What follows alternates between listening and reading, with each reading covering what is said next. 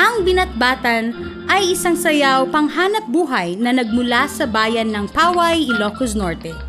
Inilalarawan nito kung paano paghiwalayin ang mga buto mula sa hibla ng bulak sa pamamagitan ng dalawang patpat na tinawag na batbat. At kung nais ng mga manghahabi ang maglibang at magsaya, sila ay umaawit at sumasayaw gamit ang batbat sa kanilang pag-indak. Binatbatan.